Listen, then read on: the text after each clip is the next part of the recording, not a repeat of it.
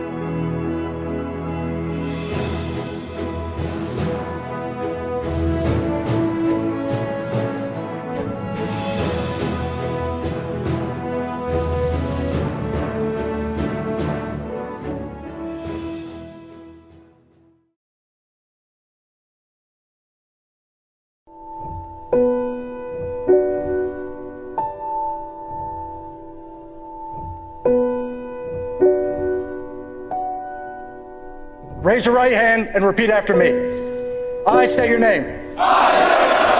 Do solemnly swear. To support and defend. The Constitution of the United States. Against all enemies. Foreign and domestic. And to bear true faith. And allegiance to the same. That I will obey. The orders of. The President of the United States. And the orders of. Those officers appointed over me according to regulations and the Uniform Code of Military Justice. So help me God.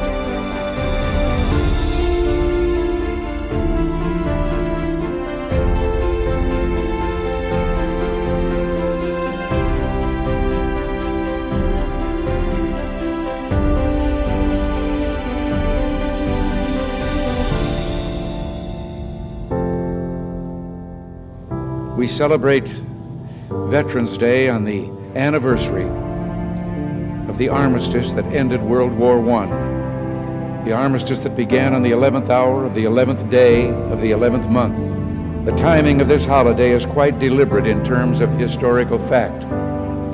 But somehow it always seems quite fitting to me that this day comes deep in autumn, when the colors are muted and the days seem to invite contemplation. It is, in a way, an odd thing to honor those who died in defense of our country, in defense of us, in wars far away. The imagination plays a trick. We see these soldiers in our mind as old and wise, but most of them were boys when they died, and they gave up two lives, the one they were living and the one they would have lived. When they died, they gave up their chance to be husbands and fathers and grandfathers. They gave up their chance to be revered old men. They gave up everything for our country, for us. And all we can do is remember. I will not fail thee, nor forsake thee. In memory of those who gave the last full measure of devotion, may our efforts to achieve lasting peace gain strength. Let us make a vow to our dead. Let us show them by our actions that we understand what they died for. Strengthened by their courage, heartened by their value, and borne by their memory, let us continue to stand for the ideals for which they lived and died.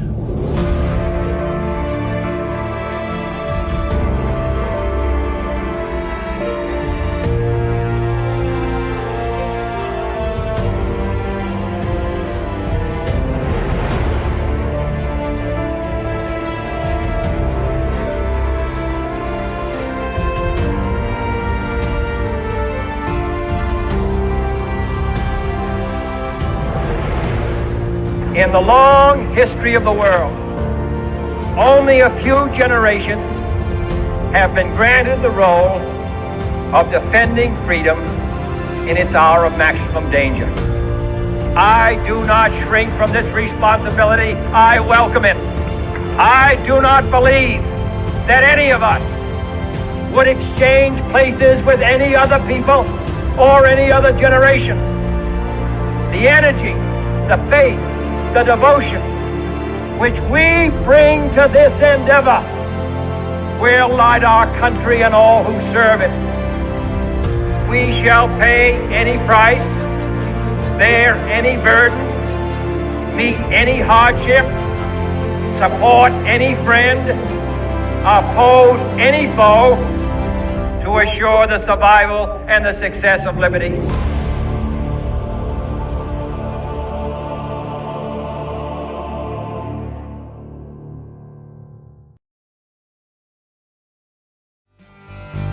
But ain't that America for you and me? Ain't that America something to see, baby? Ain't that America home of the free? Yeah, little pink houses